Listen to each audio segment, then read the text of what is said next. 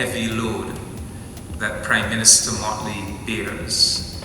And so when she says, for some reason, she can't do something, and can you step in for her, we feel a duty to always say yes.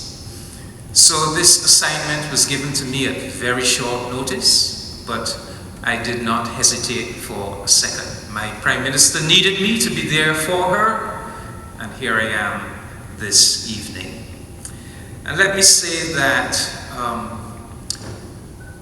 I'm so proud that our Association of Caribbean States is celebrating 25 years today.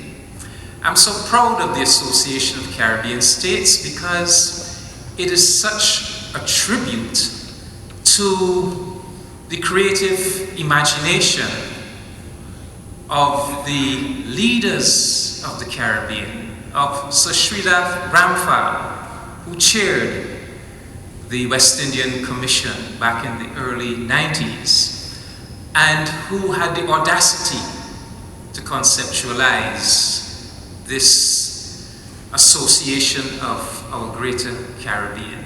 Our leaders had the audacity to understand that they both had to deepen our Caribbean integration process with our CARICOM single market and single economy, but also to widen it by opening our arms to the countries of the greater Caribbean. So it's such a pleasure to be here on this historic 25th anniversary to deliver this lecture of excellence.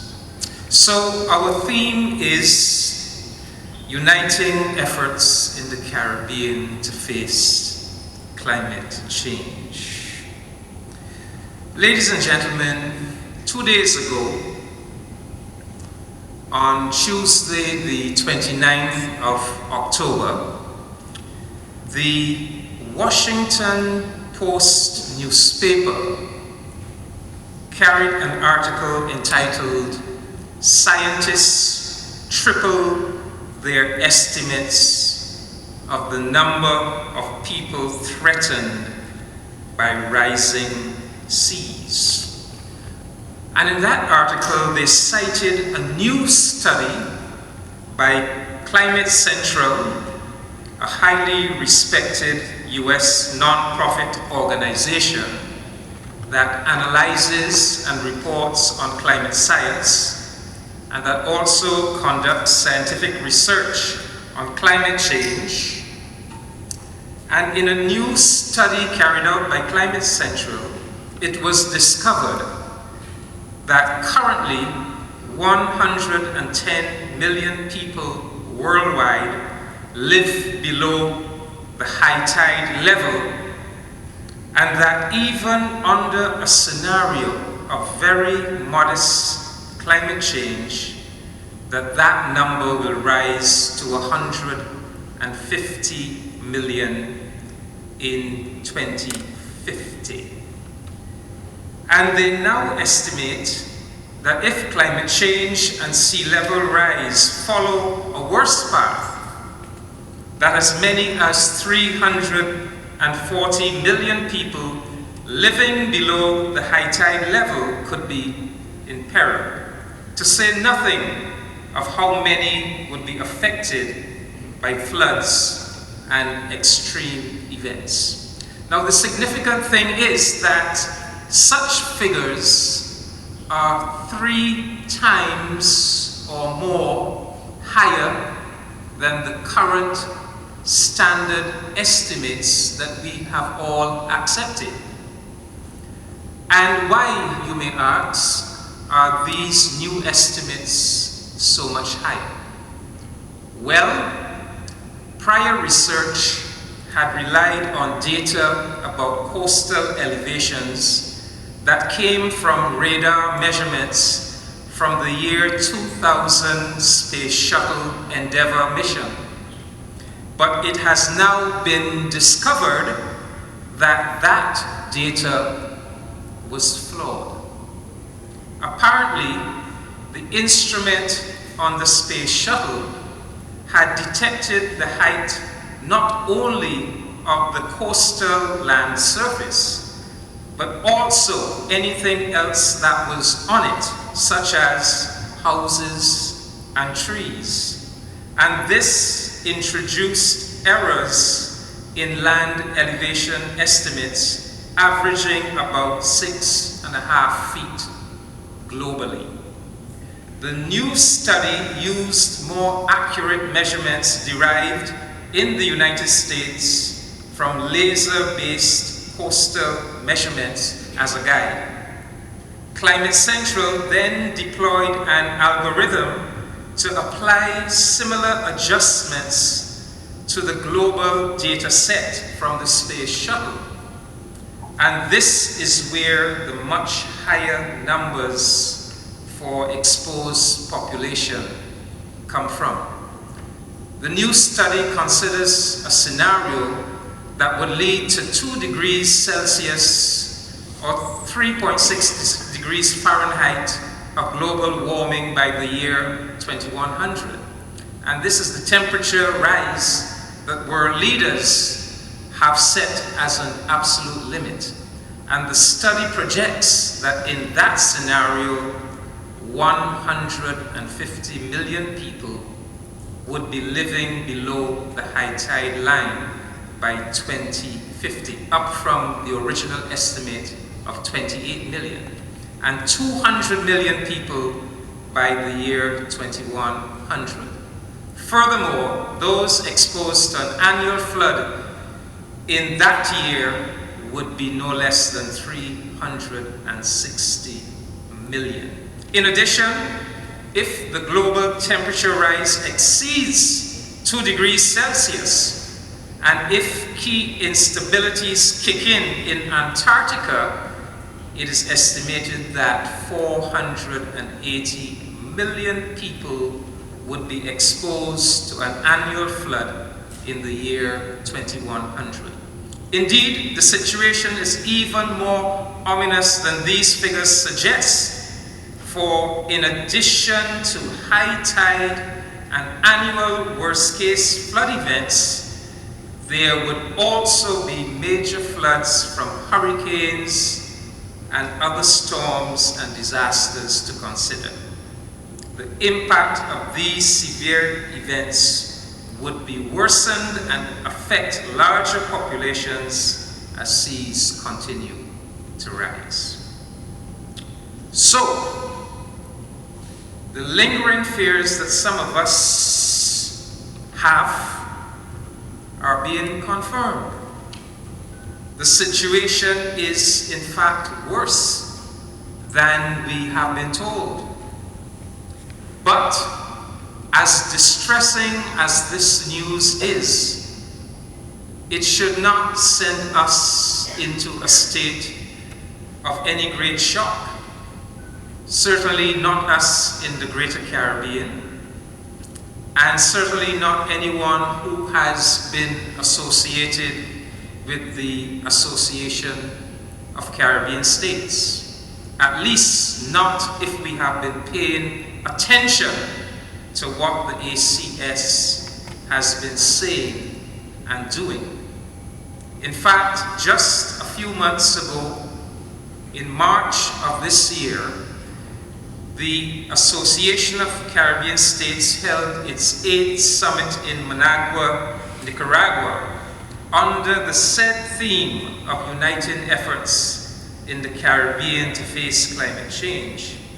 And we dealt comprehensively with the issue in our declaration of Managua as follows. And I want to quote some of the clauses of this declaration, because this is an historic declaration. This is a declaration that is full of power. The 8th summit of the ACS, assembled in Managua on 29th March 2019, recognized that the small island developing states and the coastal areas of the Greater Caribbean and the Central American Isthmus constitute one of the most vulnerable regions on the planet to the negative effects of global climate change. They reiterate the vital importance of the special report of the Intergovernmental Panel on Climate Change, impacts on global warming at 1.5 degrees instead of 2 degrees, as scientific evidence that global warming higher than 1.5 degrees will give rise to catastrophic effects on the fragile ecosystems of the Greater Caribbean. Thirdly, they agree to unite efforts to face global climate change with a view to positioning the countries of the Greater Caribbean at the forefront of international efforts to limit global warming to 1.5 degrees Celsius. Fourth, they urge developed countries to assume a leadership role in respect of more ambitious commitments to mitigation and adaptation, and to providing resources, technology transfers, and capacity building to developing countries to mitigate against the negative effects of climate change and recover from losses and damages. Fifth, they recognize the urgent need to strengthen the processes of formulating public policies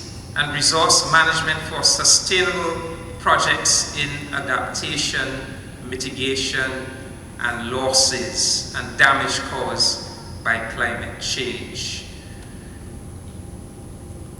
They also recognize the importance of official development assistance and other types of financing for sustainable development, recalling the target established by the UN for developed countries to allocate 0.7% of gross domestic product to this effort. And then we go on with three other resolutions that are very striking. We recognize the multifaceted and stratified threats that the Greater Caribbean faces, especially the small island developing states and low-lying coastal states, to achieve sustainable development, and the imperative to strengthen coordination and cooperation within the ACS to deal with vulnerabilities regarding intra-regional trade and transport, as well as the unilateral listing of uncooperative fiscal jurisdictions and the practice by banks in developed countries to engage in risk reduction activities that result in the decline in relations with correspondent banks for the countries of the Greater Caribbean.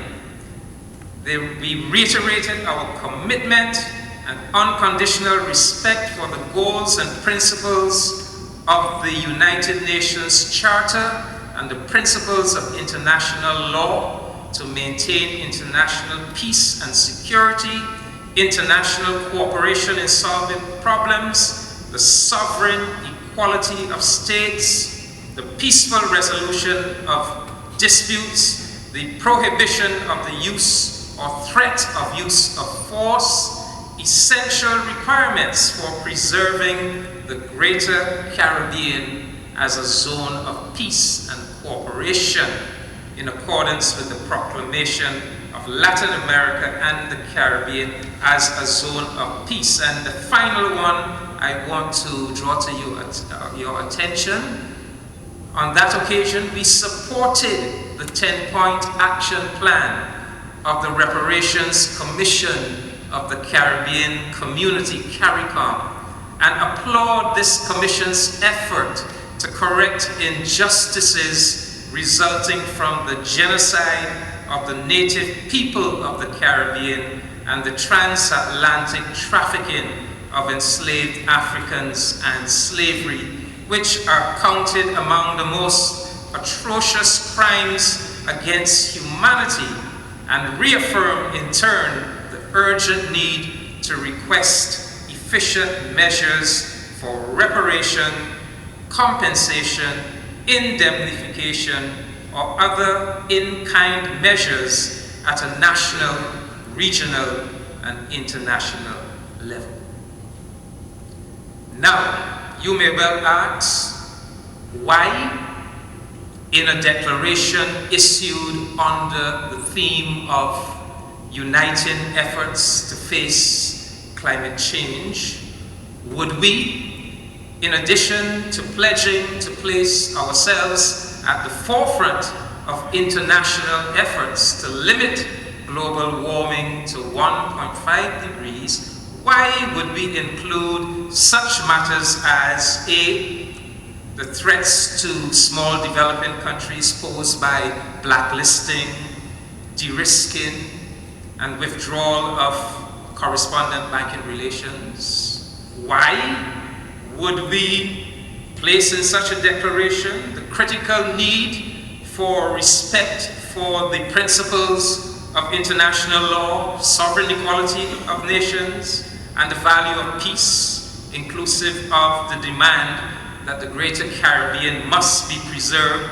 as a zone of peace? And why the necessity to include reparations, compensation, indemnification at the national, regional, and international levels?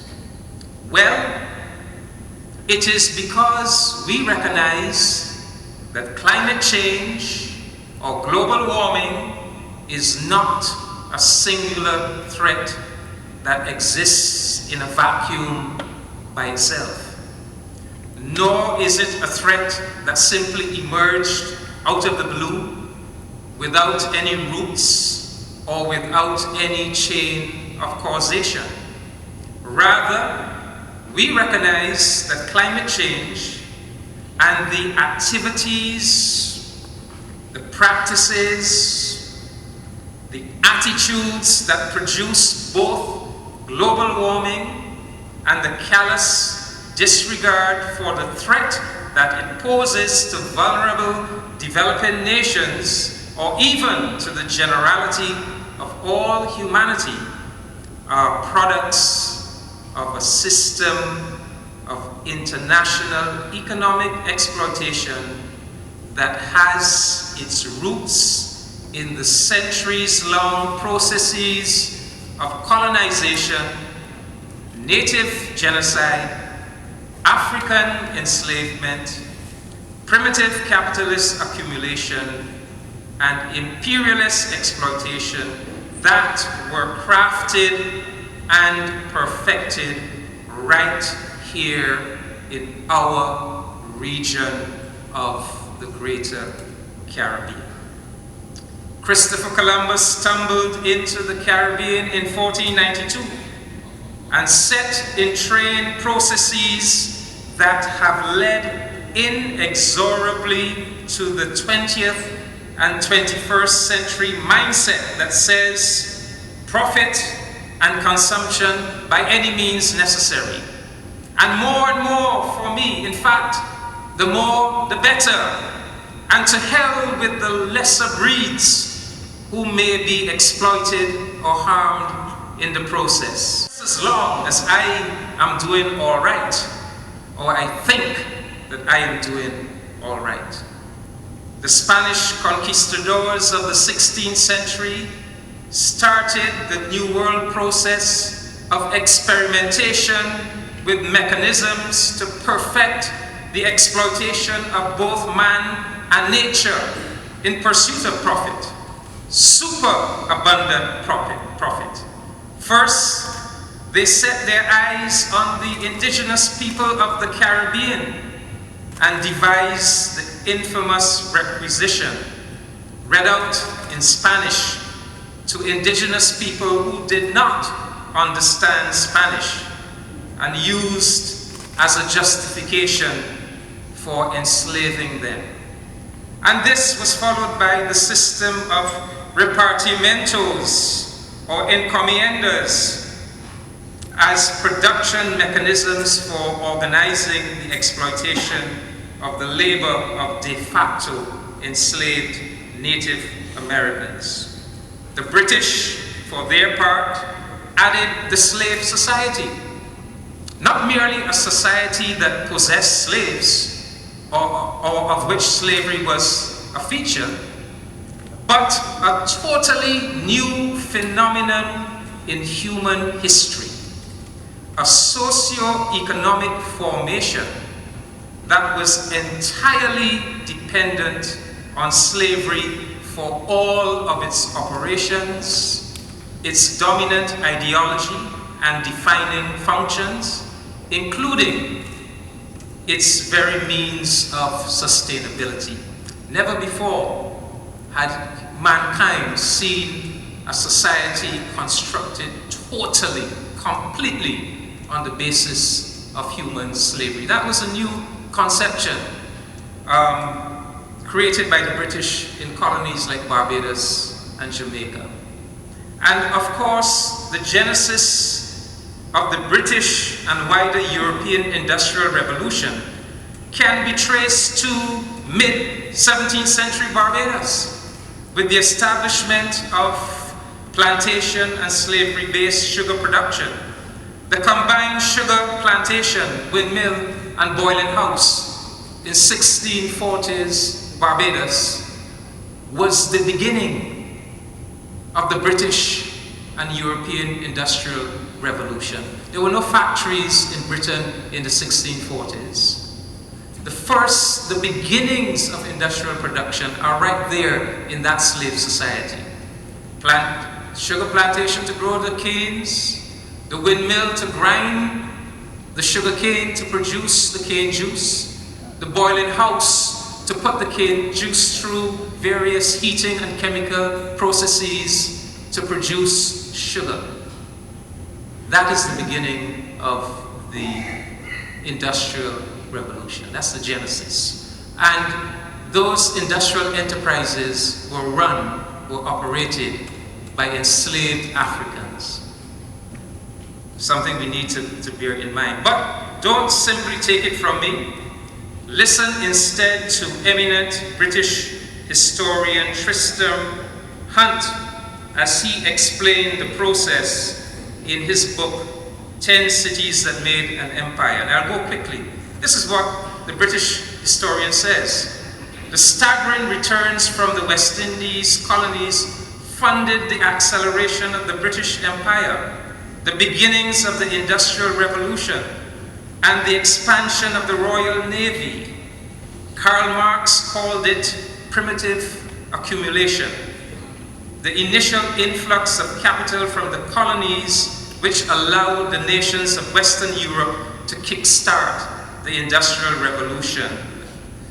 The discovery of gold and silver, these are the words of Karl Marx. The discovery of gold and silver in America, the extirpation, enslavement, and entombment in mines of the Aboriginal population, the beginning of the conquest and looting of the East Indies, the turning of Africa into a warren for the commercial hunting of black skins, signalized the rosy dawn of the era of capitalist production. The colonial system ripened like a hothouse, trade and navigation. The colonies secured the market for the budding manufacturers, and through the monopoly of the market and increased accumulation, the treasures captured outside Europe by undisguised looting, enslavement, and murder floated back to the mother country and were turned into capital. End of quote.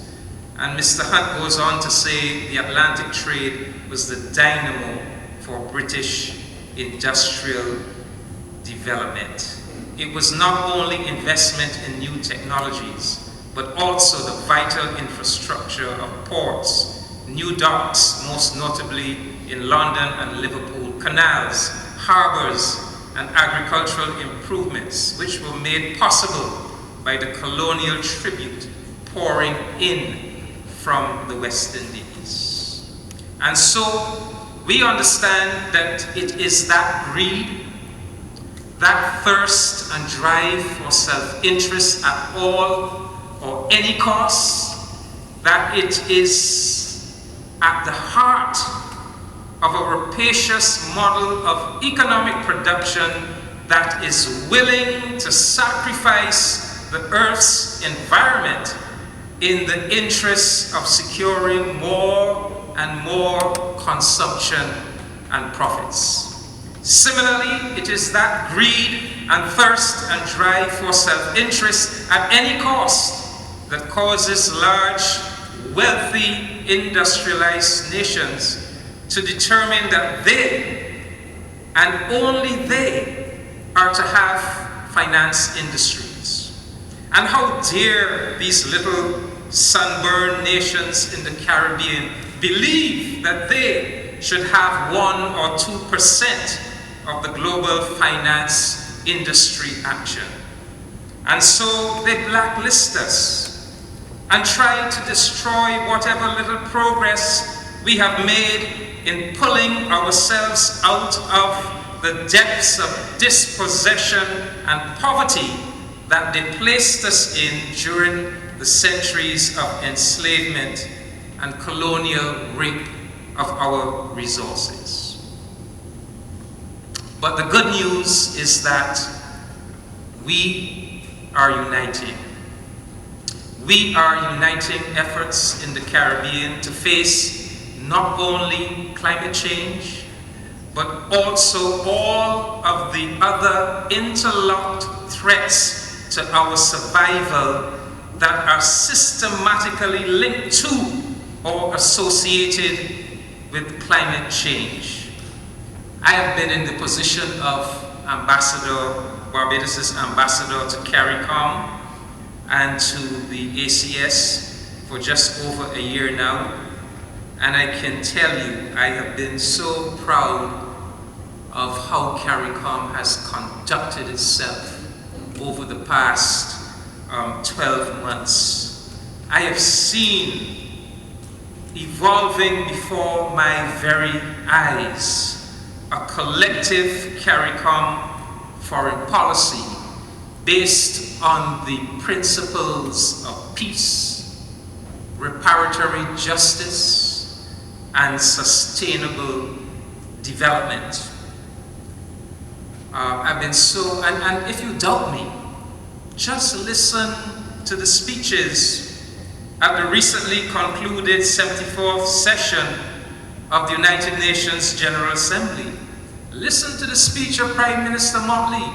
As far as I'm concerned, it is one of the great Caribbean speeches. It is right up there, close to Errol Barrow's 1986 speech at the Heads of Government, CARICOM Heads of Government Conference. Listen to the speech of Prime Minister Gaston Brown of Antigua, Prime Minister Ralph Gonzalez of St. Vincent and the Grenadines, and so many other of our leaders. There's a palpable difference in the tone, the quality, the content. There's a new assertiveness. There's a new sense of searching for justice and equity in this world. And the value of peace, the Secretary General mentioned how impressed she was with that statement from Prime Minister Motley. I think that in years to come, the world will praise CARICOM for the position that it has taken over the past 10 months or so in relation to the issue of Venezuela, in standing up for the principles of international law, the principles of the United Nations Charter, for insisting that the Caribbean must be a zone of peace, for insisting that the time for dialogue is never over, that we must always pursue a diplomacy of peace and dialogue.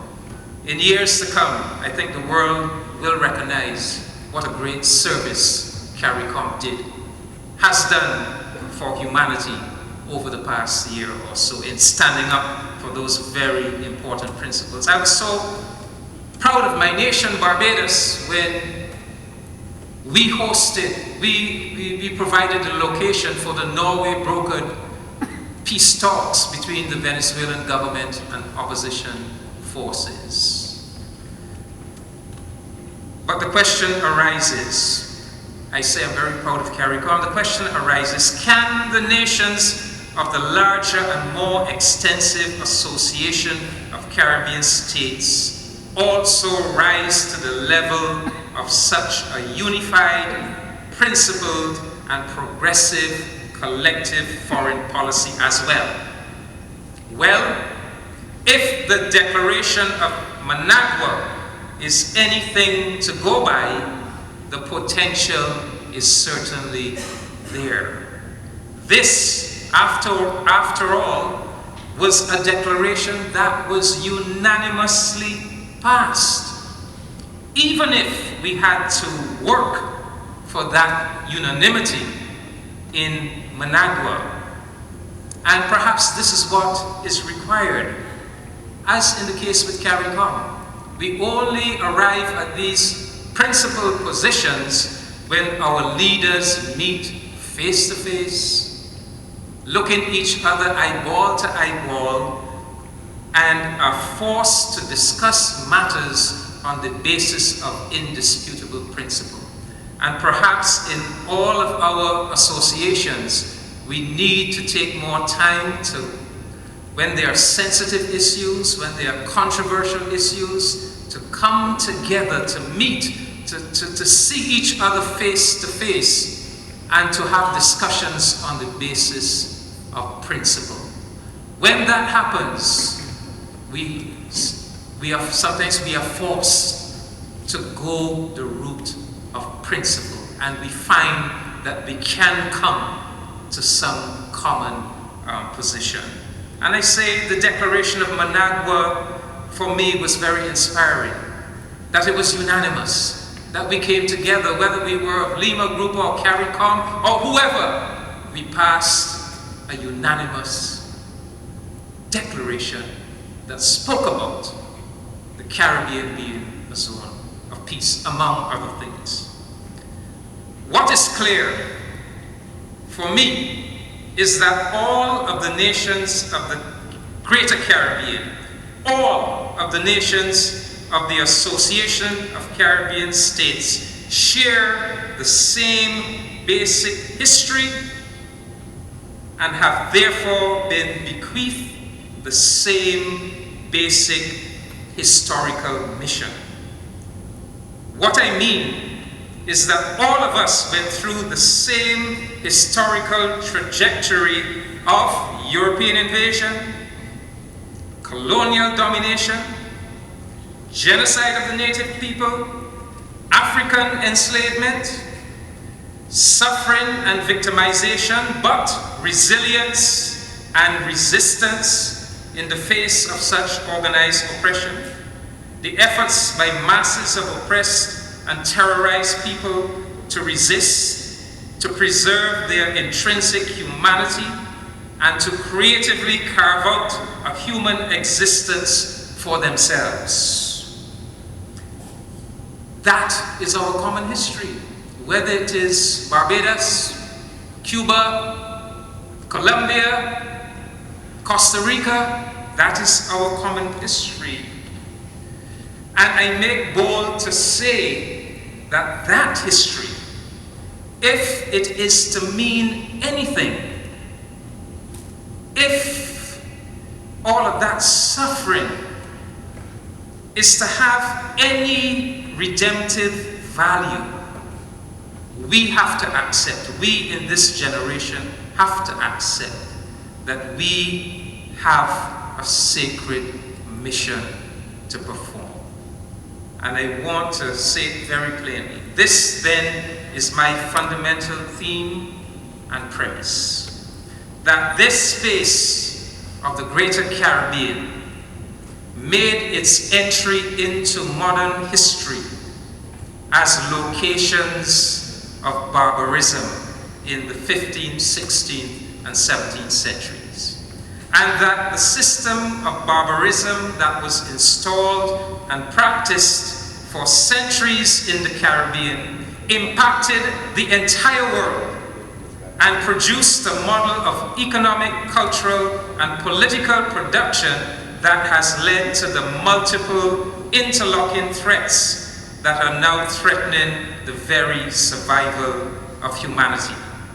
And therefore, that the historical mission of the people whose ancestors were the victims of that system of barbarism in the greater Caribbean is and will always be to humanize these societies of the greater Caribbean, and by extension to humanize the international system that was derived from and that is rooted in that history of barbarism.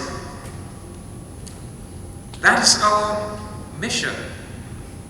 That is our mission, to humanize these locations of barbarism. And we have done so. I look at my own country of Barbados. It began as an evil, barbaric slave society. A place of terrorism, a place of inhumanity. Today, it is a nurturing, caring, human. It is a progressive place that was once rated number 19 on the UNDP's Human Development Index, rated higher in terms of human development than many European countries. How did it get there? Everything that is good and creative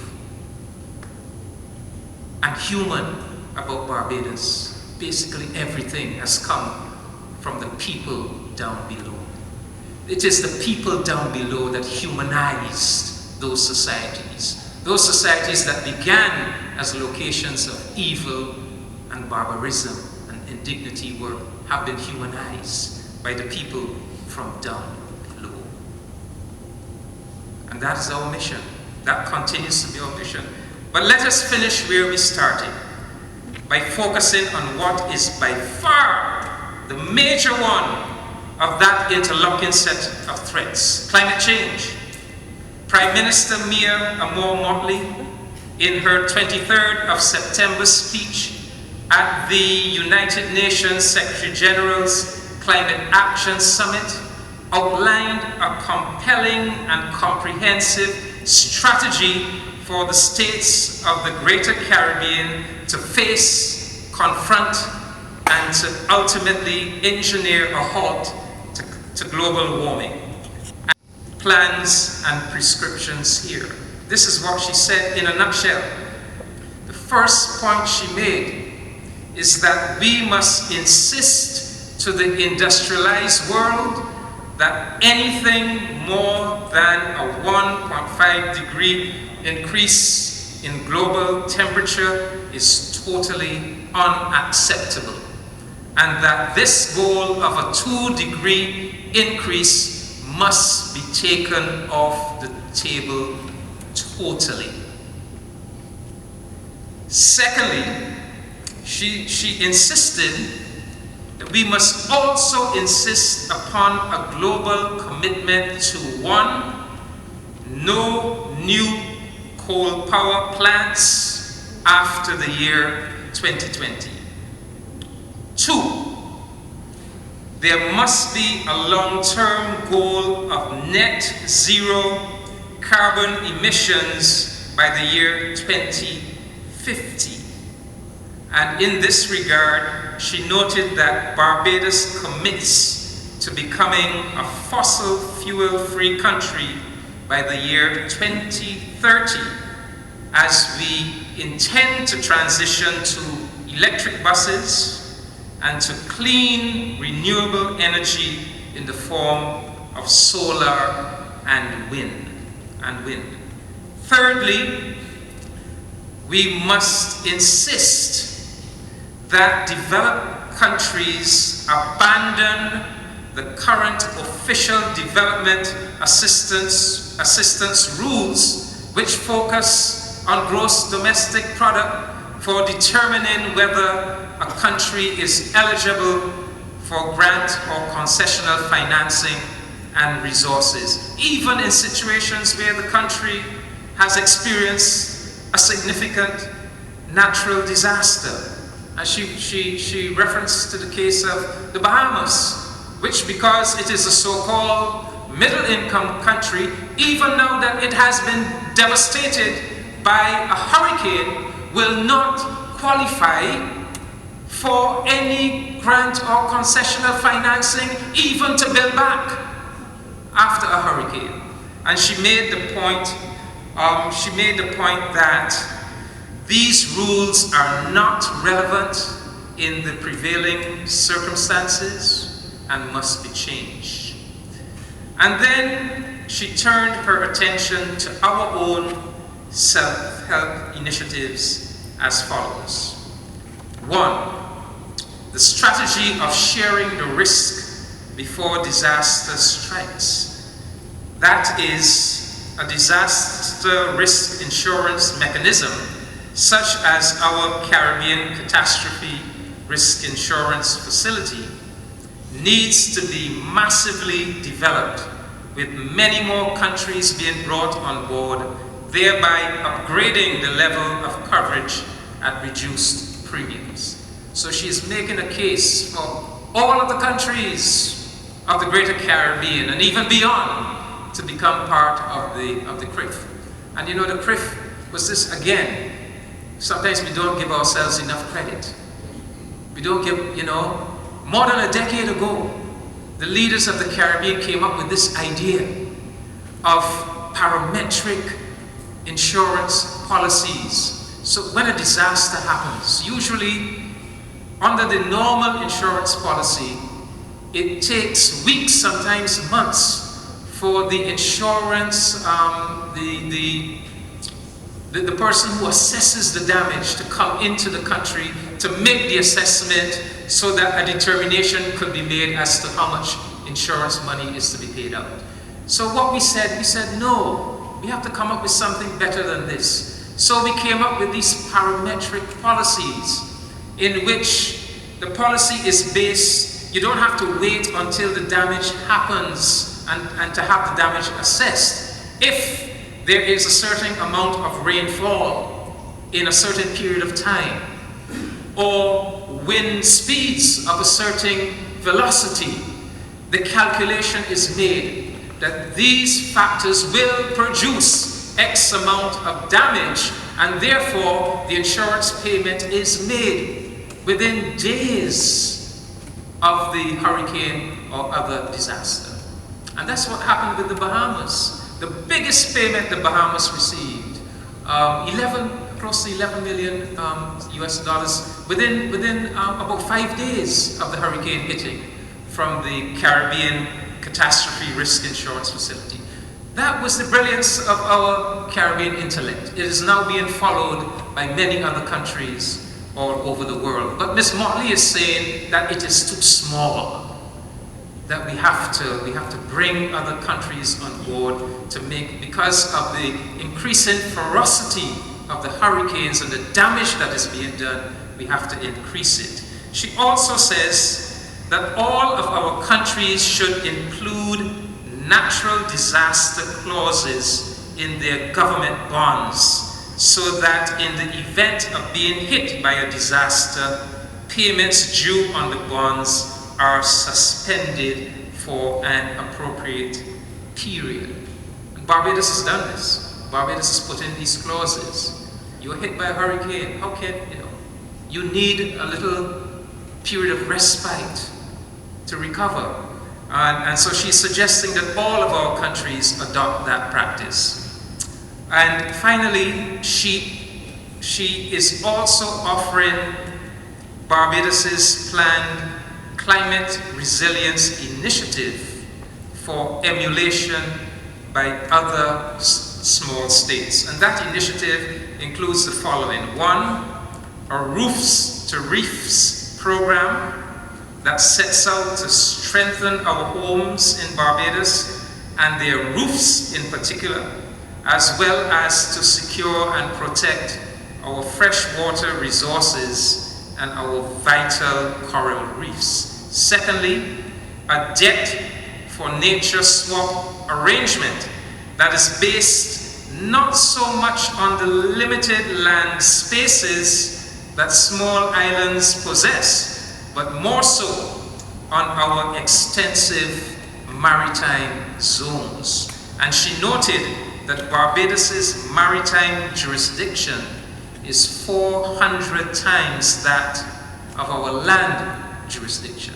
So the debt to nature swap is based on preserving our seas.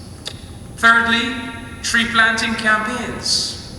Barbados, for example, proposes to plant 1 million new trees in the year 2020.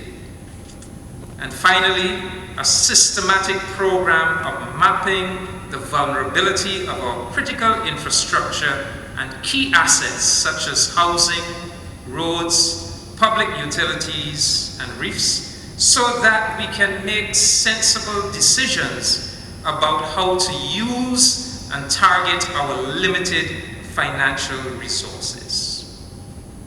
My friends, this, to my mind, is a visionary and compelling blueprint that I would urge any and every government and nation of our region of the Greater Caribbean to take to heart.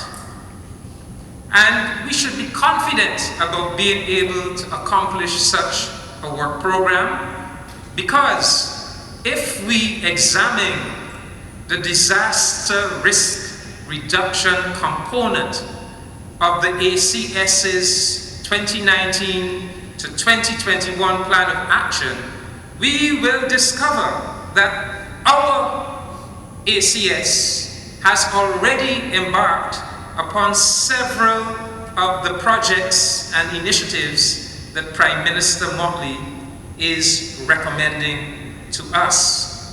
I have the work program here. I don't propose to go through it in any detail, but it is there. Whether it's the UN Global Geospatial Information Management for the Americas project, whether it's the Caribbean Territorial Information Platform for Disaster Prevention, it's the Green Response Initiative, the harmonization of regional post-disaster response and relief, or the ongoing collaboration with the CRIF to expand it and to promote those parametric insurance policies. I recommend it to you. It is the beginnings, it forms a foundation for the more extensive blueprint that Prime Minister Motley is proposing.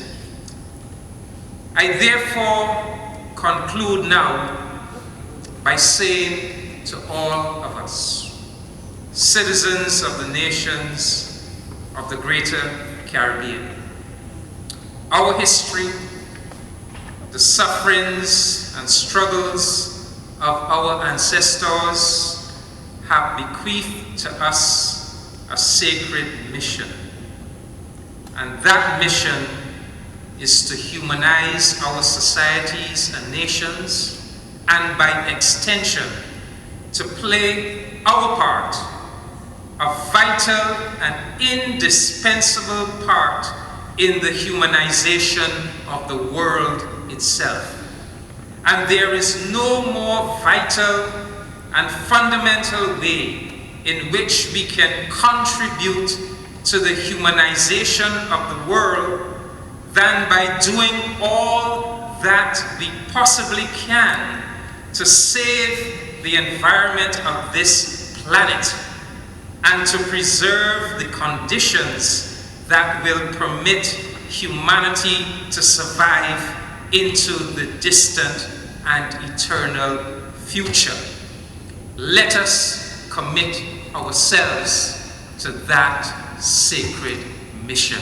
I thank you.